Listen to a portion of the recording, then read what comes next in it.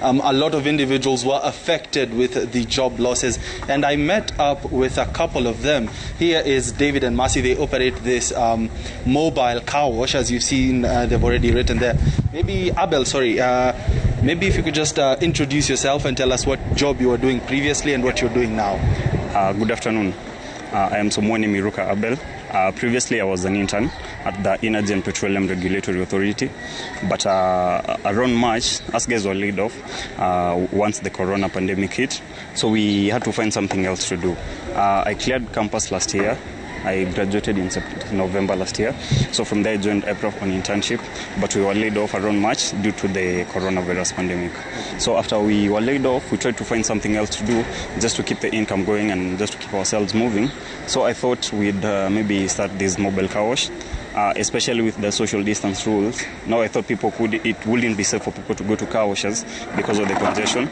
So we decided maybe if we do this, so that we go to the people. And what kind of job were you doing at ERC? What kind of work were you doing? At ERC, I was a research and policy analyst intern. I was working in the Department of Economic Regulation, whereby we were doing pricing, energy planning, and research. So previously, that's what I was doing before the corona pandemic hit. Okay. Maybe, Mercy, you could just tell us a bit about yourself, because I understand you also had a formal job before the pandemic hit. Yeah, so I'm Mercy Wanza. I was formerly working at the Teacher Service Commission.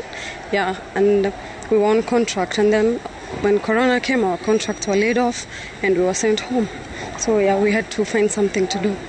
And if today maybe your employer was to call you and ask you, will you come back to your place of employment, would you go there and leave your side hustle?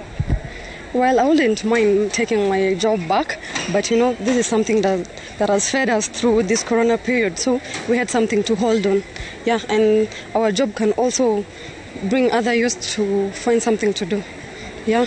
And if the situation persists, Abel, how do you see yourself advancing from this one hand-cut mobile car wash maybe to another level? So actually our goal is to really venture on this mobile car wash thing. So we want to really expand in terms of the number one challenge we're facing at the moment is mobility, because this one really restricts our movement. We can't really go far.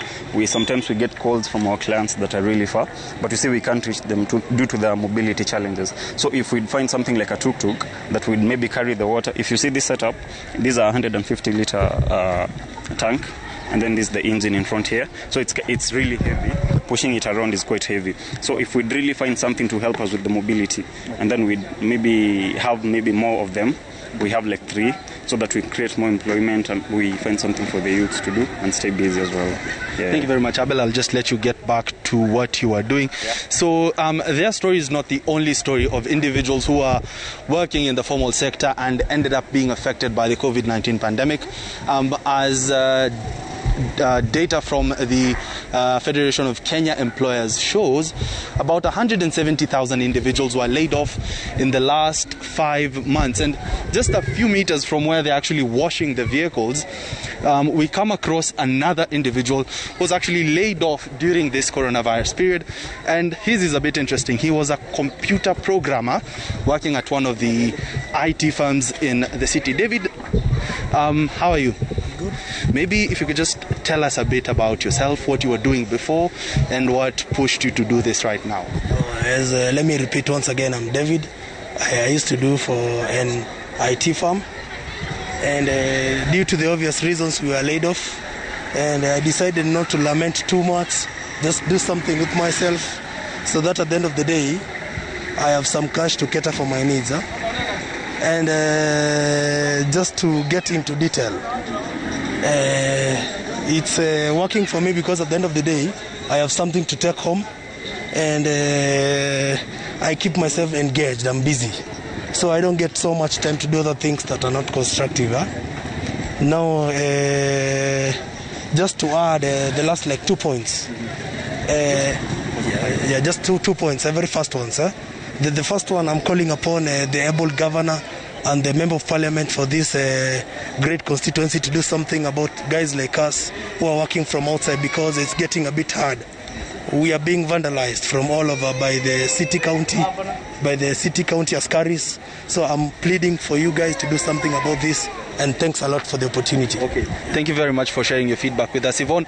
These are some of the individuals who are laid off during the pandemic, and these are just individuals who are in the formal sector of employment, which employs around 2 million Kenyans, and they're some of the ones who have been affected. And if we dig deeper, we'll find maybe a lot more stories similar to theirs of individuals who've had to find alternative means of making ends meet on a daily basis due to the effects of coronavirus on our economy and also on jobs.